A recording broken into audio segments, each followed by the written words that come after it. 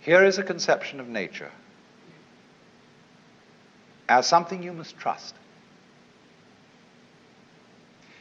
Outside nature, the birds, the bees, the flowers, the mountains, the clouds, and inside nature, human nature. Now, nature isn't trustworthy completely. It'll sometimes let you down with a wallop. But that's the risk you take. That's the risk of life. What's the alternative? I do not trust nature at all. It's got to be watched. Do you know what that leads to? It leads to 1984 and Big Brother.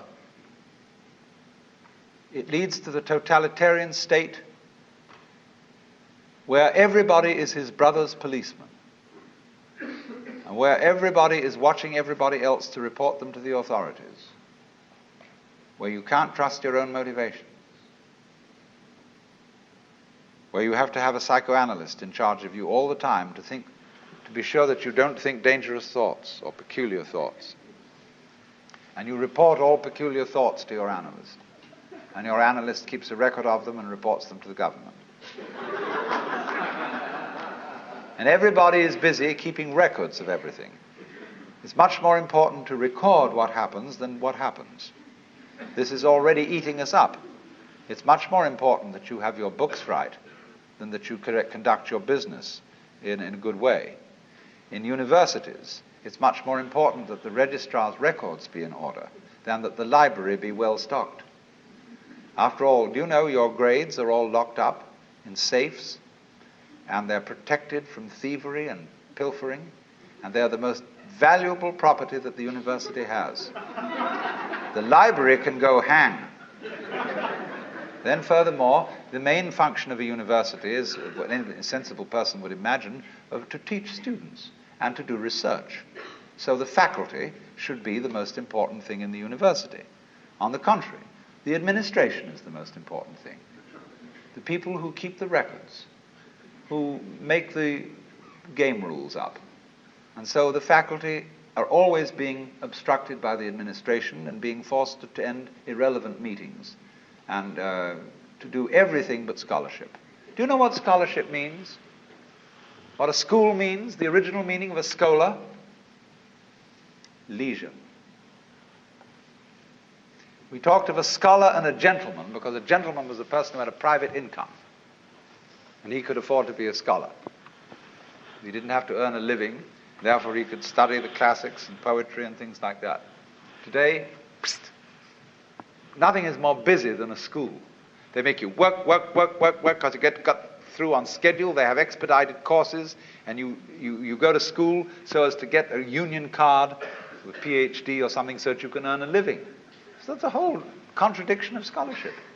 Scholarship is to study everything that's unimportant, not necessary for survival. All the charming irrelevances of life. But you see, the thing is this: if you don't have a room in your life for the playful, life's not worth living. All work and no play makes Jack a dull boy. But if the only reason for which Jack plays is that he can work better afterwards, he's not really playing. He's playing because it's good for him. He's not playing at all. You have to be able to be a true scholar.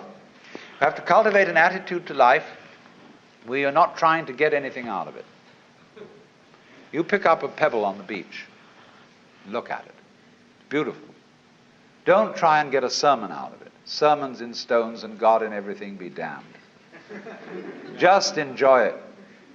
Don't feel that you've got to salve your conscience by saying that this is for the advancement of your aesthetic understanding. Enjoy the pebble. If you do that, you become healthy. You become able to be a loving, helpful human being.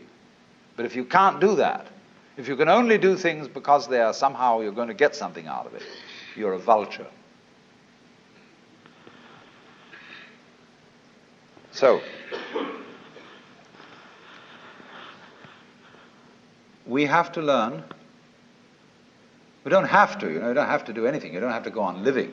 But it's a great idea, it's a great thing if you can learn what the Chinese call purposelessness. They think nature is purposeless. When we say something's purposeless, that's put down. There's no future in it. It's a washout. But when they hear the word purposeless, they think that's just great. It's like the waves washing against the shore, going on and on and on forever with no meaning. A great Zen master said as his death poem, just before he died, "From the bathtub to the bathtub, I have uttered stuff and nonsense." The bathtub in which the baby is washed at birth, the bathtub in which the corpse is washed before burial, all this time I have said many nonsenses. Like the birds in the trees go, twee, twee, twee, twee, twee. What's it all about? Everybody tries to say, it's a mating call. It's purposeful. Trying to get their mate, attract them with a song. That's why they have colors. Butterflies have eyes on them. Self-protection. Engineering view of the universe. Why do that? They say, well, it's because they need to survive. Oh, why survive? What's that for? Well, to survive. See, human beings are really a lot of tubes. And all living creatures are just tubes. And these tubes have to put things in at one end and let it out at the other. Then they get clever about it and they develop nerve ganglia on one end of the tube, the eating end, called a head. And it's got eyes in it, it's got ears in it, it's got little organs, antenna and things like this. And that helps you to find things to put in one end so that you can let them out the other. Well, while you're doing this, you see, the stuff going through wears the tube out. And so, that the show can go on, the tubes have complicated ways of making other tubes who will go on doing the same thing. In at one end, out the other. And they say, well, that's terribly serious. That's awfully important. We've got to keep on doing this.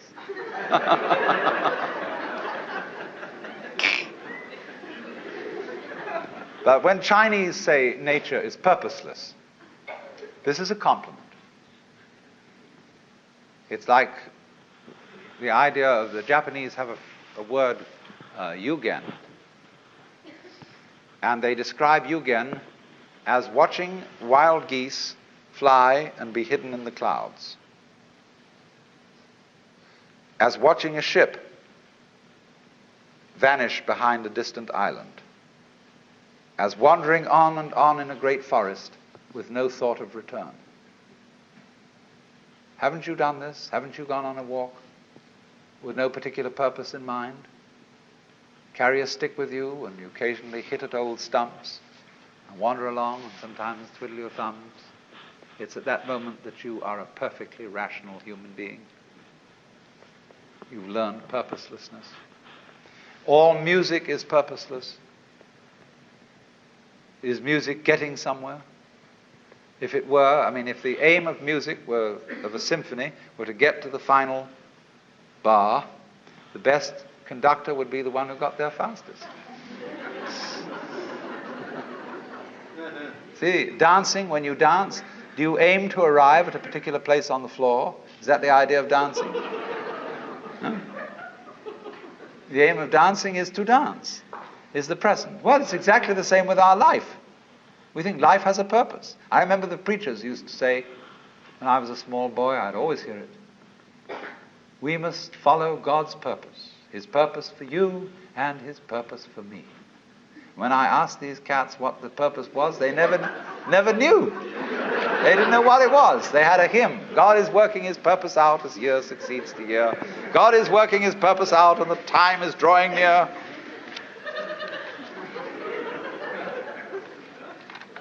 The time when the earth shall be full of the glory of God as the waters cover the sea. What's the glory of God? Well, they weren't quite sure. I'll tell you what it is. In heaven, all those angels are gathered round the glory of God. That is to say, the which than which there is no whicher. Catholics call it the beatific vision, the Jews call it the Shekinah. And there are all those angels. And they're standing around it and they're saying, Alleluia, Alleluia, Alleluia, Alleluia. It means nothing. They're just having a ball. See, that's what happened in the beginning. When God created the universe, it was created like all stars, all planets, all galaxies. They're vaguely spherical. He created this and he said, have a ball.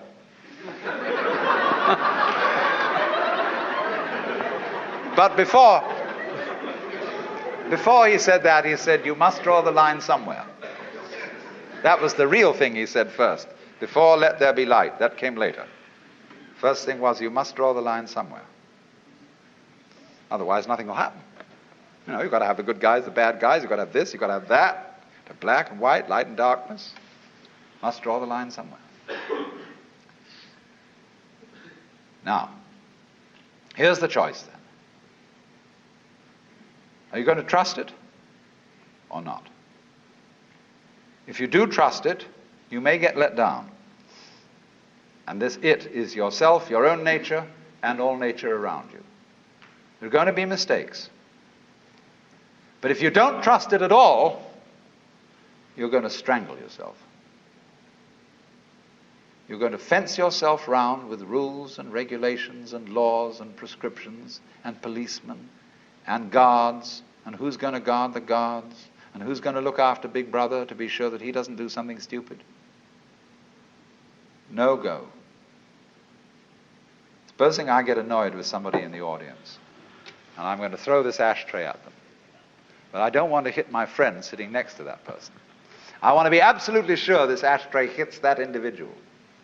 And so I don't trust myself to throw it. I have to carry it along and be sure I hit that person on the head. See, I don't throw it because I can't let go of it. To throw it, I must let go of it. To live, I must have faith. I must trust myself to the totally unknown. I must trust myself to a nature which doesn't have a boss, because a boss is a system of mistrust. That is why Lao Tzu's Tao loves and nourishes all things, but does not lord it over them.